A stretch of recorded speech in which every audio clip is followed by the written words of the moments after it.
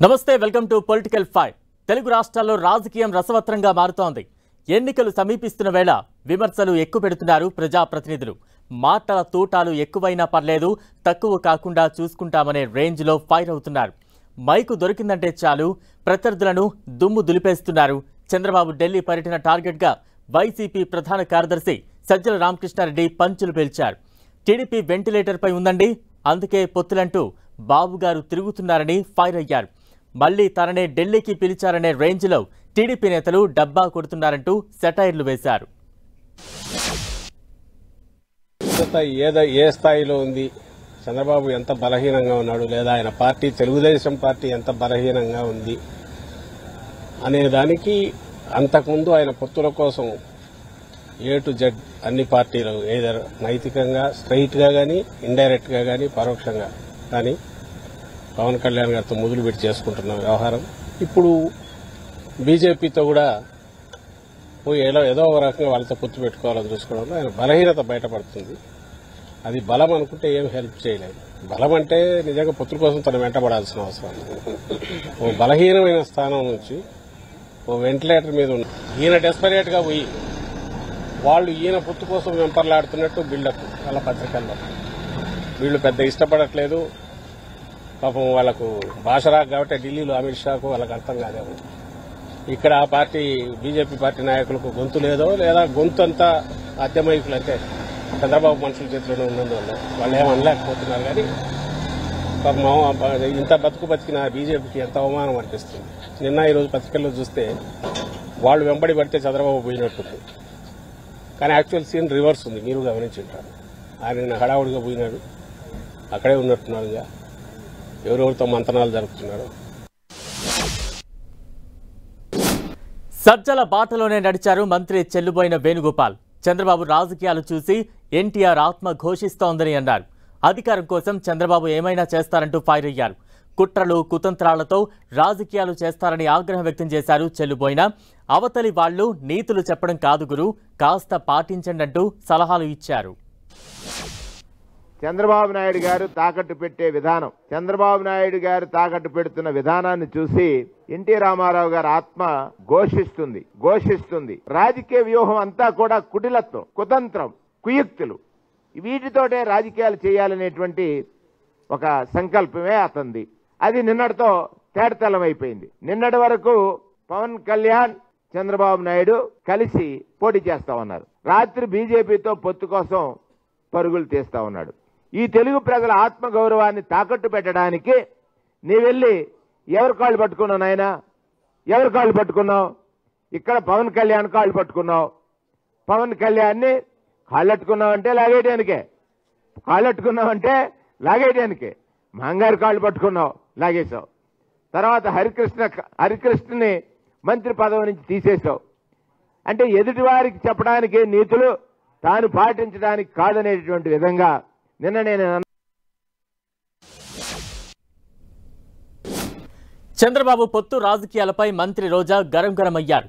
ఎన్ని పొత్తులు పెట్టుకుని వచ్చినా జగన్ను టచ్ చేయలేరు జూడ్ అంటూ తనదైన స్టైల్లో స్పీచ్ ఇచ్చారు. టీడీపీని జాకీలు పెట్టాలని ప్రయత్నిస్తుంటే జాకీలే విరిగిపోతున్నాయని సెటైర్లు వేశారు రోజా. చంద్రబాబు నాయుడు ఊసరవెల్లిలాగా ఎలా రంగులు మారుస్తున్నాడు.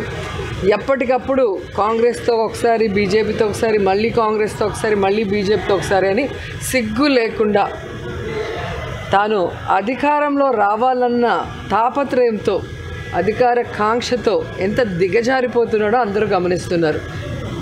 తిరుపతికి వచ్చినప్పుడు ఏ విధంగా చెప్పులు రాళ్ళు అమిత్ షా కారు మీద వేయించారో అందరూ గుర్తుపెట్టుకున్నారు. అమిత్ షా అయితే బాగా గుర్తుపెట్టుకొని ఉంటారు. అలాంటి వ్యక్తి ఈరోజు తనకన్నా వయసులో చిన్నైనా పర్లేదు కానీ తనకి సపోర్ట్ చేస్తే చాలు మోడీ దగ్గర అన్నట్టుగా ఆయన కాళ్ళు మొక్కే స్థాయికి దిగజారిపోయాడు. ఇంతకన్నా పొలిటికల్గా మనిషిగా ఎవరు కూడా దిగజారలేరు. ఇది ఆంధ్రప్రదేశ్కి అవమానం. ఇలాంటి వాడు ఇక్కడ పుట్టినందుకు ముఖ్యంగా మా చిత్తూరు వాళ్ళు తలదించుకుంటున్నాం. ఇలాంటి వాడు మా డిస్టిక్లో పుట్టి చంద్రబాబు నాయుడిని ఎలాగైనా పైకి లేపాలని జాకీలు పెట్టి తిప్పుతోంది. జాకీలు ఇరిగిపోతున్నాయి తప్ప చంద్రబాబు నాయుడు, లోకేష్ లేకట్లేదు. చంద్రబాబు టార్గెట్గా వైసీపీ విమర్శలు చేస్తుంటే జగన్ సర్కార్కు రోజులు దగ్గర పడ్డాయని కౌంటర్ ఇచ్చారు టీడీపీ సీనియర్ నేత అచ్చెన్నాయుడు. ఐదేళ్లలో రాష్ట్ర ప్రజలకు మేలు చేసే ఒక్క కార్యక్రమం చేయలేదని ఆరోపించారు. రాష్ట్రాన్ని నాశనం చేసేందుకు తీసుకువచ్చిన అన్ని జీవోలను రద్దు చేస్తామన్నారు అచ్చెన్నాయుడు.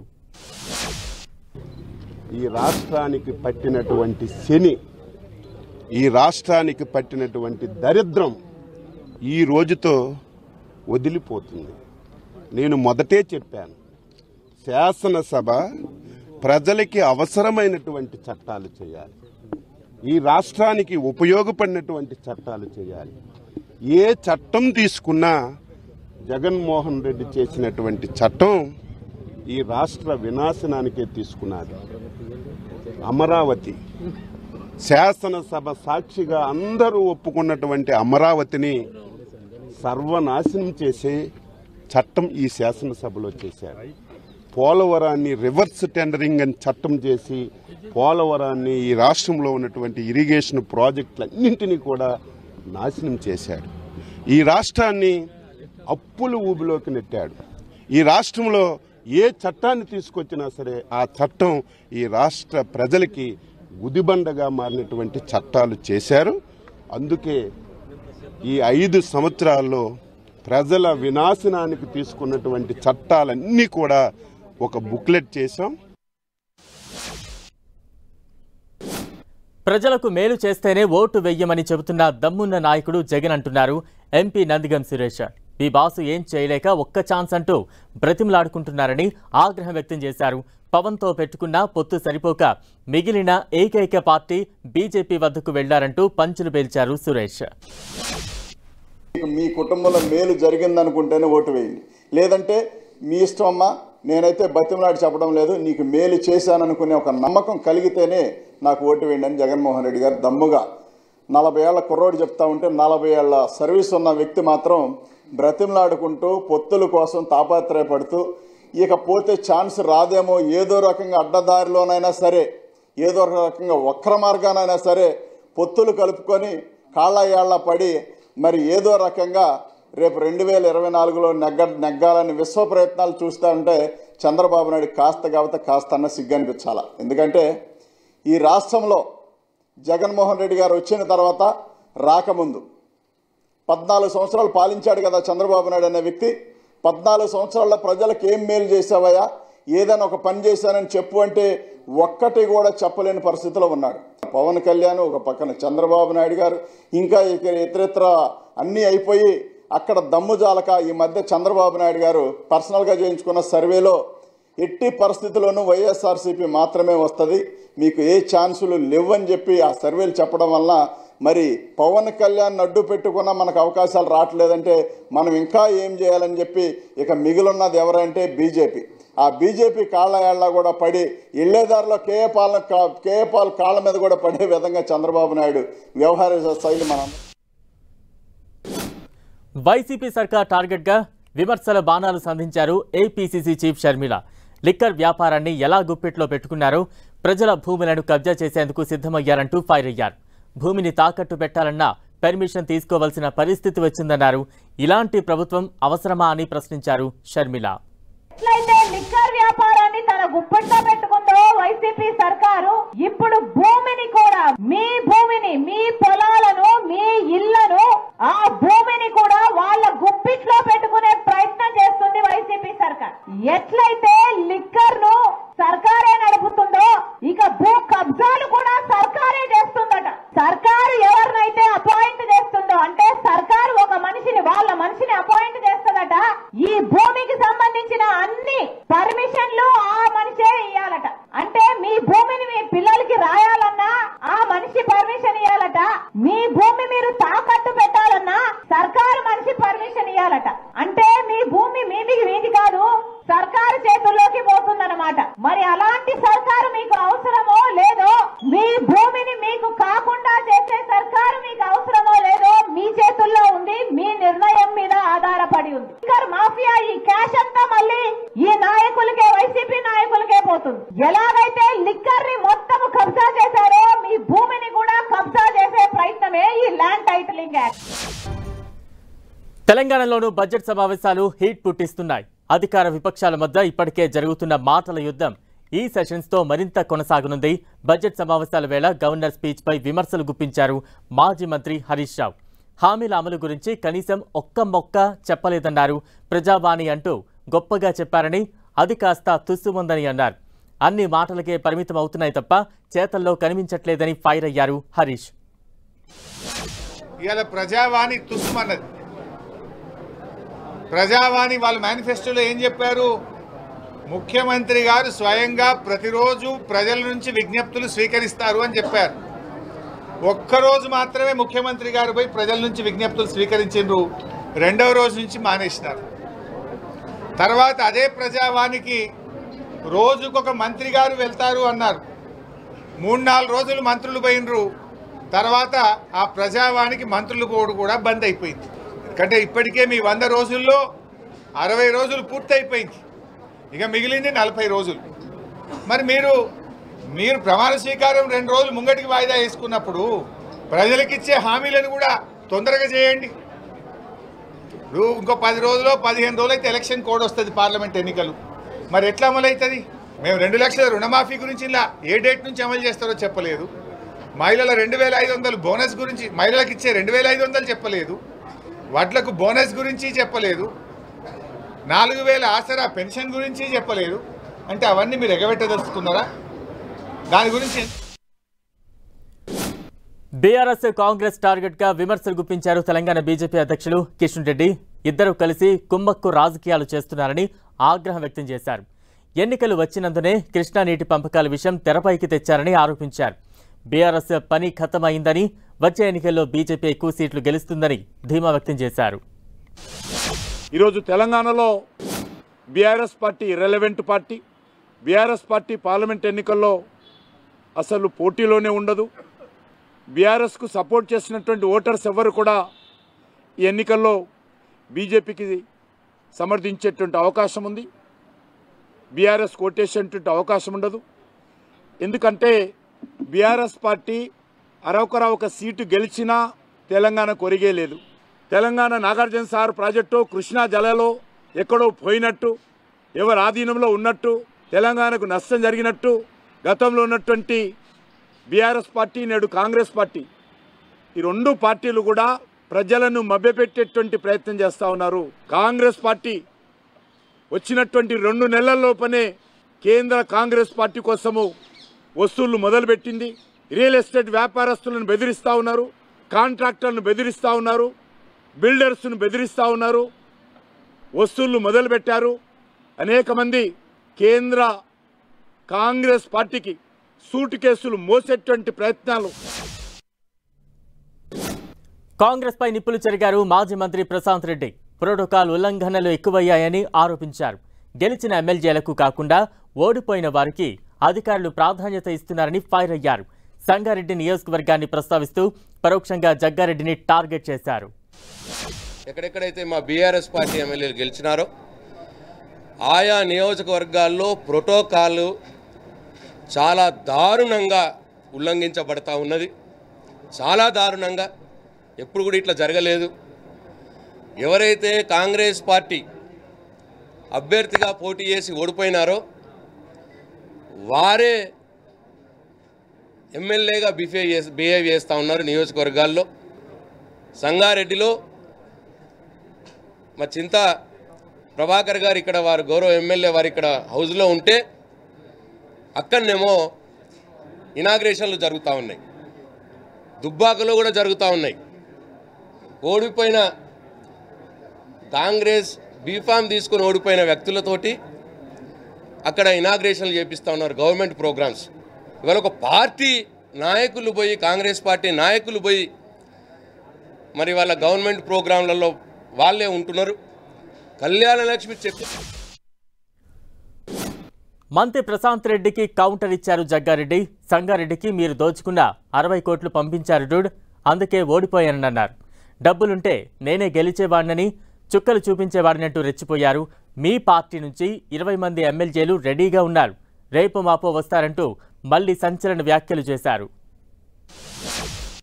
సంగారెడ్డిలో నువ్వే ఓడిపోయినావు, మా ఎమ్మెల్యేలది నువ్వేం చేయగలుగుతావు అని ఆయన ప్రశాంత్ రెడ్డి అన్నాడు. ప్రశాంత్ రెడ్డి మీ హరీష్ రావు దగ్గర కాళేశ్వరము మేడిగడ్డ పైసలు ఉన్నాయి, సంగారెడ్డికి 60 కోట్ల రూపాయలు మీరు పంపించారు, మీ క్యాండిడేట్ గెలిచాడు. నా దగ్గర 60 కోట్లు ఉంటే సంగారెడ్డి నీ టీఆర్ఎస్ క్యాండిడేట్ డిపాజిట్ కూడా రాకుండే. ఎమ్మెల్యేలను 20 మంది వస్తారు, మేము లేపుడు కాదు బరాబర్ వస్తారు వాళ్ళు. మీ హాట్ హూట్ అన్నాడు మల్లారెడ్డి గారు మాట్లాడతలేరు, చెప్పలే మల్లారెడ్డి గారే రావచ్చు ఇక్కడికి, ఏముంది అట్లా? ఆయన మాట్లాడతలేడు అంటే అర్థం అదే కదా. హాట్ హూట్ అన్నాడు మల్లారెడ్డి గారు మాట్లాడతలేరు, చెప్పలే మల్లారెడ్డి గారే రావచ్చు ఇక్కడికి, ఏముంది అట్లా? ఆయన మాట్లాడతలేడు అంటే అర్థం అదే కదా. నాకు అర్థం కాలేదు. ప్రభుత్వాన్ని పడగొడతామని ఇది ఏమన్నా మీరు మేడిగడ్డ సంఘం పిల్లరా పడగొట్టడానికి? ఇదేమన్నా ప్రభుత్వం పడగొట్టుడు అంటే మీరు డూప్లికేట్ అంటే సిమెంట్ కల్తీతోటి మేడిగడ్డ స్తంభం, మన స్తంభం ఏది అరే ఏ బ్రిడ్జ్ పిల్లర్, అదే మేడిగడ్డ పిల్లర్. మీరు కల్తీ సిమెంట్ తోటి కట్టిన మేడిగడ్డ పిల్లరా మరి కాంగ్రెస్ పార్టీ అంటే? బ్యారేజ్ పిల్లర్ అనుకుంటున్నారా? ఏమనుకుంటున్నారు మీరు? నిరుద్యోగుల పక్షాన పోరాటం చేస్తానంటున్నారు బీఆర్ఎస్ ఎమ్మెల్సీ కవిత. టీఎస్పీఎస్సీ చైర్మన్ మహేందర్ రెడ్డిపై గతంలో విమర్శలు చేసి ఇప్పుడెలా మీరు నియమించుకున్నారు అని సీఎం గారు ఓసారి చెప్పండి అంటూ పంచులు పిలిచారు. ఆయనపై అవినీతి ఆరోపణలు వచ్చాయండి, తక్షణమే తొలగించాలని డిమాండ్ చేశారు కవిత. మాకు చెప్తారు కానీ మీరు పాటించరు కదా అంటూ సెటైర్లు వేశారు. మహేందర్ రెడ్డి గారని మాజీ డీజీపీ గారు ఉన్నారు. ఆయనను పట్టుకొని ఇప్పుడున్నటువంటి రాష్ట్ర ముఖ్యమంత్రి వర్యులు భయంకరమైనటువంటి పద్ధతిలో ఒక ఆడపిల్లగా నేను ఉచ్చరించడానికి వీల్లేనటువంటి మాటలు కూడా ఆనాడు మహేందర్ రెడ్డి గారిని ఇప్పుడు ముఖ్యమంత్రి గారు మాట్లాడారు. ఇవాళ టీఎస్పీఎస్సీ చైర్మన్గా మీరు చేయడం జరిగింది. యారబాడి రామ్మోహన్ రావు గారు అనేటటువంటి మెంబర్ని వేసిండ్రు. ఆయన అసలు తెలంగాణ ఆయన్నే కాదు. మరి తెలంగాణ బిడ్డలకు ఉద్యోగాలు ఇచ్చే దాంట్లో ఆంధ్ర వ్యక్తిని వేసుకుంటే కరెక్ట్గా ఉద్యోగాలు ఇవ్వగలుగుతాడా లేదా గౌరవ ముఖ్యమంత్రి గారే చెప్పాలి. అట్లనే మేము పొలిటికల్గా ఎవరిని వేయము టీఎస్పీఎస్సీలో అని చెప్పారు. మరి 6వ నంబర్గా అమ్మాయి పాల్వాయి రజనీ కుమారి అనేటటువంటి అమ్మాయి ఉన్నది. ఆమె పొలిటికల్ వింగ్లో అనేక సంవత్సరాలు టీడీపీతో కలిసి పనిచేసినటువంటి వ్యక్తి. మరి ఆమెకి ఇచ్చినారు. ఇవాళ మీరు చేసిన ప్రతి ఒక్క ఆరోపణ మరి మీరు సరిచేయాలి కదా. పోనీ మా ప్రభుత్వం ఆనాడు తప్పు చేసిందని మీరు అన్నారు, ఒక్క నిమిషానికి అది కరెక్ట్ అనుకుంటే మీరు సరిచేయాలి కదా. మీరు సరిచేయకుండా చైర్మన్ నుంచి మొదలు పెడితే మెంబర్ వరకు అన్ని ఉల్లంఘనలు మీరు చేసినారు. ఇవాళ నేను డిమాండ్ చేస్తూ ఉన్నాను. నిన్నగాక మొన్న ఫ్రెష్గా మాజీ డీజీపీ ఇప్పుడు టీఎస్పీఎస్సీ చైర్మన్ మహేందర్ రెడ్డి గారి మీద ఆరోపణలు వచ్చినాయి. ఏమని? ఎమ్మెల్సీ కవితకు స్ట్రాంగ్ కౌంటర్ ఇచ్చారు మంత్రి కొండా సురేఖ. మహేందర్ రెడ్డిని నియమించి కొద్ది రోజులే అయింది, అప్పుడే అవినీతి ఆరోపణలు చేయడం తగునా మేడం గారు అంటూ విమర్శించారు. నాకు విషయం అర్థం కావట్లేదు, ఒకవేళ అవినీతి చేసి ఉంటే మీరెలా డీజీపీగా నియమించారో చెప్పండి ప్రశ్నించారు. ఆంధ్ర వాళ్ళని పెంచి పోషించిందే కేసీఆర్ కుటుంబము, టీఆర్ఎస్ ప్రభుత్వం అని చెప్పి ఈ సందర్భంగా నేను చెప్తా ఉన్నాను. మహేందర్ రెడ్డి గారు చేరి 2 వారాలు కూడా కాలేదు, అప్పుడే ఆయన మీద ఆరోపణలు అనేటువంటి మాట మాట్లాడడం కూడా హాస్యాస్పదంగా ఉంది. మరి ఎందుకు ఇంత కాలంలోనే ఆయన మీద వచ్చిన అభియోగాలు ఏంటి? మరి మీ ప్రభుత్వంలో ఆయనను అత్యంత మరి పెద్ద స్థానంలో డీజీపీ స్థానంలో కూడా కూర్చోబెట్టిన విషయం మీరు మర్చిపోయారా? మరి అవినీతి అధికారి అయితే మీరు ఆ రోజు ఎందుకు ఆయనను డీజీపీ స్థాయిలో కూర్చోబెట్టారని చెప్పి అడుగుతా ఉన్నాను. 36 ఏళ్ళు అన్ని ప్రభుత్వ హోదాల్లో మహేందర్ రెడ్డి గారు పనిచేయడం జరిగింది. మరి కాబట్టి ఆయనను ఒక సీనియర్ అధికారిగా ఆయనను ఈరోజు టీఎస్పీఎస్సీ చైర్మన్గా నియమించడం జరిగిందని కూడా ఈ సందర్భంగా విన్నవిసుకుంటా ఉన్నాను. మరి మీలాగా లిక్కర్ స్కామ్ చేసిండా ఏమన్నా మహేందర్ రెడ్డి అని చెప్పి అడుగుతా ఉన్నాను. లేకపోతే టీఎస్పీఎస్సీ పేపర్లు లీక్ చేసిండా, లేకపోతే ఒకటే రూమ్లో అందరినీ మీకు అనుకూలంగా ఉన్న వాళ్ళని కూర్చోబెట్టి టీఎస్పీఎస్సీ మరి ఎగ్జామ్స్ రాయించి ఉద్యోగాలు ఏమన్నా ఇప్పించిండా మహేందర్ రెడ్డి అని చెప్పి ఇప్పుడు ఈ సభ నుంచి, ఈ వేదిక నుంచి కవితను నేను ప్రశ్నిస్తా ఉన్నాను.